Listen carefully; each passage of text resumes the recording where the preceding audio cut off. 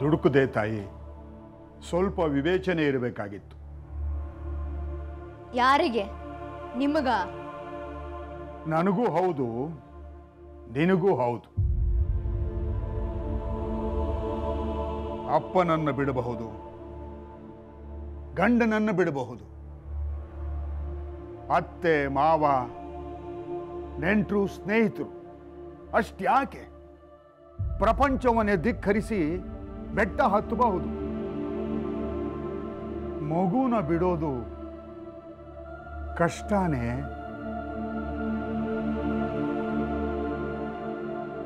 ಸಮಯ ಮೀರಿಲ್ಲ ಅಂದ್ರೆ ತಂದೆ ಮಗಳಿಗೆ ಹೇಳೋ ಮಾತಲ್ಲ. ಹೇಳು, ಪರವಾಗಿಲ್ಲ. ಹೊಲಸಾಗತ್ತೆಯೇ? ಸ್ವಚ್ಛವಾಗಿ ಏನೂ ಉಳ್ದಿಲ್ಲ, ಹೇಳು. ಸ್ವಚ್ಛವಾಗಿ ಬಿಡು, ಗುಟ್ಟಾಗಿ ಮುಗಿದು ಹೋಗಲಿ. ಹಣ ಖರ್ಚಾಗತ್ತೆ. ನಾನು ಕೊಡ್ತೀನಿ. ಸೂಕ್ತ ಸಮಯ ಕಳೆದ ನಂತರ ಹೆರೋದು ಸುಖ, ಸ್ವಚ್ಛವಾಗೋದು ನೋವು, ದೇಹಕ್ಕೆ ಘಾಸಿ ಆಗತ್ತೆ. ನಂತರ ಆರೈಕೆ ಆಗಬೇಕು. ವ್ಯವಸ್ಥೆ ಮಾಡೋಣ. ಈಗ ನನಗೆ 31 ವರ್ಷ ವಯಸ್ಸು. ಈಗ ಇದು ಬೇಡ ಅಂತ ಮುಕ್ತಾಯ ಹಾಡಿದ್ರೆ ಮತ್ತೆ ಆಗದೆ ಹೋಗಬಹುದು. ಪರವಾಗಿಲ್ವಾ? ನಿಮ್ಮ ಸಮಯ ಮುಗೀತು, ನೀವು ಹೊರಡ್ತೀರಾ. ನಾನು ಒಬ್ಬಳೇ ಆಗಲ್ವಾ? ಮಗು ಜವಾಬ್ದಾರಿನೇ. ಹೆಣ್ಣಿಗೆ ಬೇಕಾಗಿದ್ದು ಆಸರೆ. ಮದುವೆ ಮಾಡ್ತೀಯಾ? ಮಾಡಿದ್ನಲ್ಲ. ಅವನು ಗಂಡನಾಗಿ ಉಳಿಲಿಲ್ವಲ್ಲ. ನೀನು ಹೊಂದ್ಕೋಬೇಕಾಗಿತ್ತು. ನಿನ್ನಷ್ಟು ಯೋಗ್ಯತೆ ಇರುವವನು ನನಗೆ ಬೇಕಿರಲಿಲ್ಲ. ಈಗಲೂ ಮಾಡ್ಕೊ. ಸಿಗಬೇಕಲ್ಲ. ನೀನು ಹೊಂದ್ಕೋಬೇಕೆ? ಮೆತ್ತಗಾಗಬೇಕು. ಪ್ರೇಯಸಿಕೆ ಹೇಳೋದಕ್ಕೆ ಸಾಧ್ಯವಾಗದ ಮಾತು ಮಗಳಿಗೆ ಹೇಗೆ ಹೇಳ್ತೀರಿ? ಅಂದ್ರೆ ಅನಸೂಯ ಅವರೊಟ್ಟಿಗೆ ನೆಂಟಸ್ತಿಕೆ ಬೆಳೆಸಿದ್ರಿ. ಆಕೆ ನಿಮಗೆ ತಿಳಿಸ್ಲಿಲ್ವಾ ಬಸ್ರು ಅಂತ? ಫೋನ್ ಮಾಡಿದ್ಲು. ನಿಮ್ಮ ಪ್ರತಿಕ್ರಿಯೆ ಏನಿತ್ತು? ಅಮ್ಮನ ವಿಷಯಕ್ಕೆ ಬರಲಾ? ಬೇಡ. ಆಕೆನು ನಿಮ್ಮ ಮೇಲಿನ ದ್ವೇಷಕ್ಕೆ ನಿಮ್ಮದೊಂದು ಮೊಳಕೆನ ಮುರಿದಿದ್ಲು ಅಂದ್ರಿ. ಆಕೆಗೂ ನೀವು ಹಣ ಕೊಟ್ಟಿರಲಿಲ್ಲ. ಅದು ಯಾವುದೋ ನಾಟಿ ವೈದ್ಯದ ವ್ಯವಸ್ಥೆ ಮಾಡ್ಕೊಂಡಿರ್ತಾಳೆ. ದೇಹ ಘಾಸಿಯಾಗಿರುತ್ತೆ. ವಿಷಯ ತಿಳಿದ ನಂತರ ಆರೈಕೆಯ ವ್ಯವಸ್ಥೆ ಮಾಡಿದ್ರ? ಉಪವಾಸ ಸತ್ಲು ಅಂದ್ರಿ. ಅತಿಯಾದ ರಕ್ತಸ್ರಾವದಲ್ಲೇ ಸತ್ತಿರಬಹುದು. ಸಾಯೋಕೆ ನೀವು ಬಿಟ್ಟಿರಬಹುದು. ಆಯ್ತೆ, ಅಪರಾಧ ಆಗಿದೆ. ಹೆಂಡತಿ ನರಳಿದರೆ ಸಾಧನೆ, ಪ್ರೇಯಸಿ ಇಕ್ಕಟ್ಟಿನಲ್ಲಿ ಸಿಲುಕಿದರೆ ಸಾಧನೆ.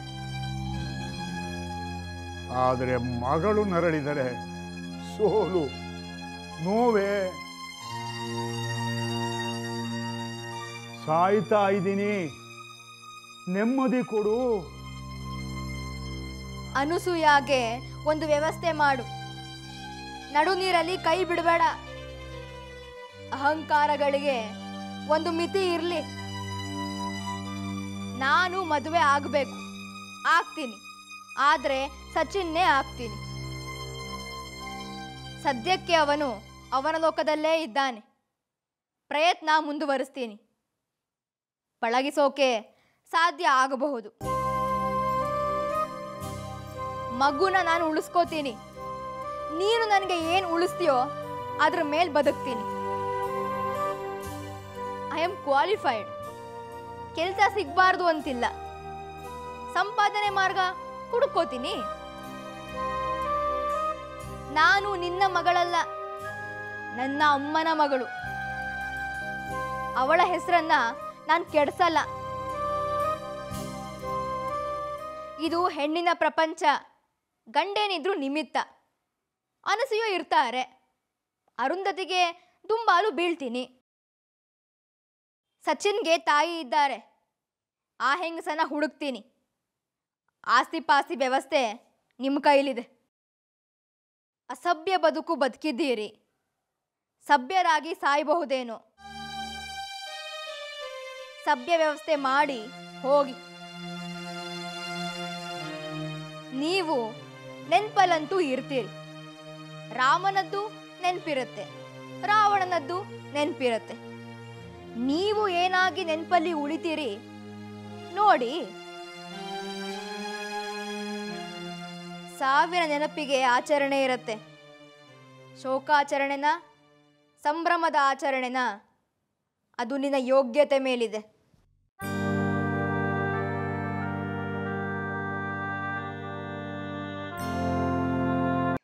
ಏನಯ್ಯ ಅರ್ಥ ಆಗತ್ತೆ ನಿನಗೆ? ಹಾಂ, ಏನು ಪ್ರಪಂಚ ಕಂಡಿದ್ದೀಯ? ಯೋಗ್ಯತೆಗೆ ಎದುರು ನಿಲ್ಲಿಸಿ ಮಾತಾಡಬಾರ್ದು. ಗೆರೆ ನೆಟ್ಟಗಿರ್ಲಿಲ್ಲ. ಮಗ ಅಯೋಗ್ಯರ ನೆಂಟಸ್ಕೆ ಮಾಡ್ದ. ಅನಿವಾರ್ಯಕ್ಕೆ ಸೈರಿಸ್ತಾ ಇದ್ದೀನಿ. ವರ್ಷ ನನ್ನ ಸೊಸೆ, ನೀನು ಅವಳ ಮಾವ. ಇಲ್ಲಿಗೆ ಬಂದಿದೀಯಾ, ಊಟ ಮಾಡು, ಸುಧಾರಿಸ್ಕೋ, ಹೋಗು. ಇಲ್ಲಿನ ಆಗು ಹೋಗುಗಳ ಚಿಂತೆ ಸಲಹೆ ನಿನಗೆ ಬೇಡ. ಚೆನ್ನಾಗಿ ಮಾತಾಡ್ತೀರಾ. ಖರ್ಚಿಗೇನಾದರೂ ಬೇಕಿದ್ರೆ ಹೇಳು, ವರ್ಷನ್ಗೆ ಹೇಳ್ತೀನಿ, ಕೊಡ್ತಾಳೆ, ತಗೊಂಡು ಹೋಗು. ಕುಡ್ದಿದ್ದೀರಾ? ಯಾಕೆ? ಭ್ರಮೆಯಲ್ಲಿ ಬಡಬಡಿಸ್ತಿದ್ದೀರಿ. ವರ್ಷ ನನ್ನ ಅಕ್ಕನ ಮಗಳು. ಎತ್ತಿ ಆಡಿಸಿದ್ದೀನಿ. ಅವಳ ಬದುಕು ನನಗೆ ಮುಖ್ಯ. ಅಯೋಗ್ಯ ಅಂದ್ರಿ, ಯೋಗ್ಯತೆಯ ಪ್ರಶ್ನೆ ಎತ್ತಿದ್ರಿ. ಏನು ಮಾಪನ? ವಿದ್ಯೆ, ವೃತ್ತಿ, ಬದುಕಿನ ರೀತಿ, ವ್ಯವಸ್ಥೆಯಲ್ಲಿನ ಜವಾಬ್ದಾರಿ, ಒಂದು ಪಟ್ಟ. ಏನು ಓದಿದಿರಿ? MA English. ಹೆಬ್ಬೆಟ್ಟಲ್ಲ. ನಾನು ಹೈಸ್ಕೂಲ್ ಡ್ರಾಪ್ಔಟು. ಸಾಲ್ದ?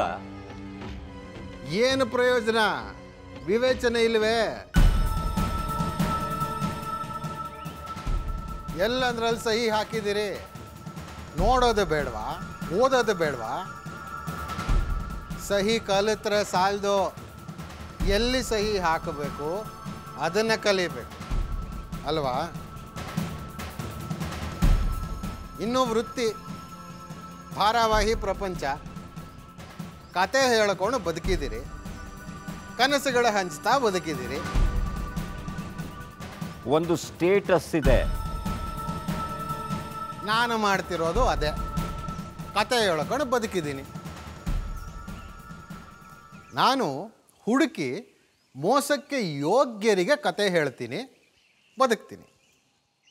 ನೀವು ಪೂರ್ತ ಪ್ರಪಂಚಕ್ಕೆ ಕತೆ ಹೇಳ್ತೀರಿ, ಮೋಸ ಮಾಡ್ತೀರಿ. ನನ್ನದು ವೈಯಕ್ತಿಕ ಸ್ತರದ ಅಪರಾಧ, ತಮ್ಮದು ವ್ಯವಸ್ಥಿತ ಆರ್ಗನೈಸ್ಡ್ ಕ್ರೈಮು ತಾವು ಮಾಡ್ತಿರೋದು. ಇನ್ನು ಪಟ್ಟ ಅಂದ್ರಿ. ಪ್ರಪಂಚ ತಮ್ಮ ಬಗ್ಗೆ ಏನು ಮಾತಾಡುತ್ತೆ ಗೊತ್ತಾ? ಲಂಪಟ ಅಂತಾರೆ. ಹೆಣ್ಣು ಮಕ್ಕಳ ವಿಷಯದಲ್ಲಿ ಶಿಸ್ತಿಲ್ಲ ಅಂತಾರೆ. ಕಾರಲ್ಲಿ ಓಡಾಡ್ತೀರಿ, ಸಾಲದ್ದು. ಮನೆಯಲ್ಲಿ ಸ್ವಂತ ಅಂದ್ಕೊಂಡು ಬದುಕಿದ್ದೀರಿ, ಮೇಲೆ ಸಾಲ ಇದೆ. ವ್ಯವಹಾರ ನಡೆಸ್ತೀರಿ, ಅಲ್ಲೂ ಸಾಲವೇ. ತಿನ್ನುವ ಪ್ರತಿ ತುತ್ತು ಸಾಲದ್ದು. ಕುಡಿದ ಪ್ರತಿ ಗುಟುಕಿನ ಹೆಂಡನೂ ಸಾಲದ್ದೇ. ಭವಿಷ್ಯ ನುಂಗಿ ವರ್ತಮಾನ ನಡೆಸಿದಿರಿ. ನಾನು ಹಾಗಲ್ಲ. ಇವತ್ತಿಂದು ಇವತ್ತು ಹೊಂಚಿ ತಿಂದು ಬದುಕಿದ್ದೀನಿ. ನನಗೆ ನಾಳೆ ಇದೆ, ತಮಗಿಲ್ಲ.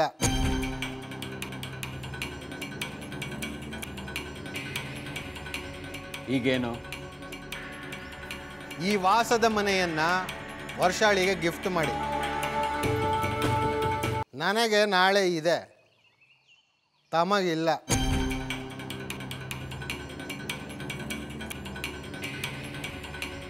ಈಗೇನು? ಈ ವಾಸದ ಮನೆಯನ್ನ ವರ್ಷಾಳಿಗೆ ಗಿಫ್ಟ್ ಮಾಡಿ. ಕಷ್ಟಪಟ್ಟು ಕಟ್ಟಿದ ಮನೆ ಇದು. ಮೊದಲ 5 ವರ್ಷದ ದುಡಿಮೆ ಇದ್ರ ಮೇಲಿದೆ.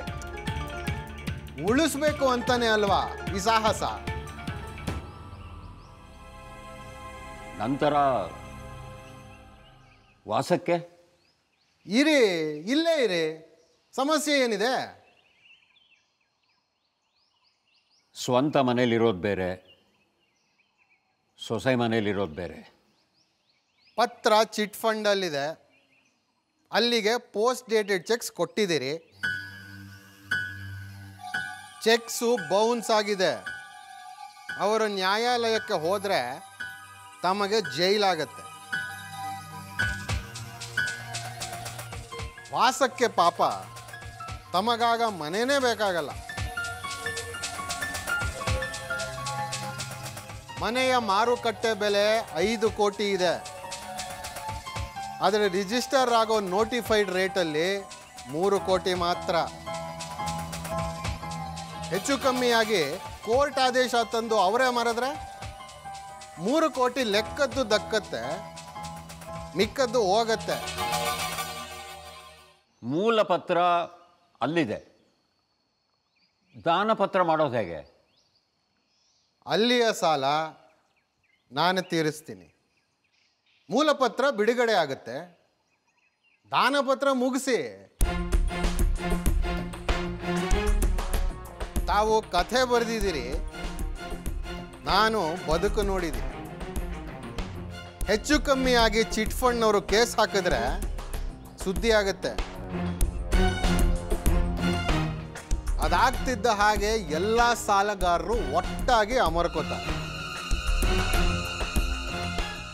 ಗಾಯಗೊಂಡ ಹುಲಿ ಗುಹೆ ಸೇರಬೇಕು, ಬಯಲಲ್ಲೇ ಉಳಿದ್ರೆ ನಾಯಿ ನರಿಗಳು ಕಿತ್ತು ತಿನ್ನತ್ವೆ.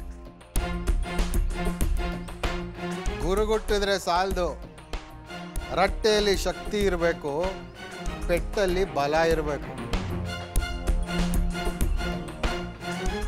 ಆಯ್ತು, ವ್ಯವಸ್ಥೆ ಮಾಡು. ವಿಷಯ ಗುಟ್ಟಾಗಿರಲಿ. ರಶ್ಮಿನ್ ತಲುಪೋದು ಬೇಡ. ಆಯ್ತು. ಇನ್ನೊಂದು ವಿಷಯ, ಏನು?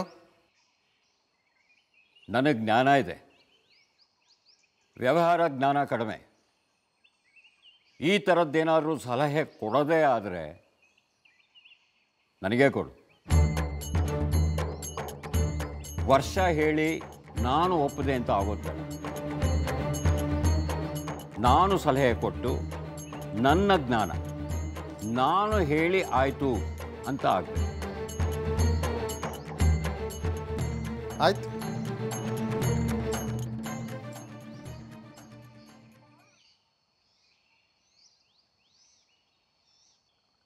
ಏನಿಲ್ಲ, ಸ್ವಲ್ಪ ಮರ್ಯಾದೆ ಇರುತ್ತೆ. ಮನೆಯಲ್ಲಿ ಮರ್ಯಾದೆ ಇಲ್ಲದೆ ಬದುಕೋದು ಕಷ್ಟ.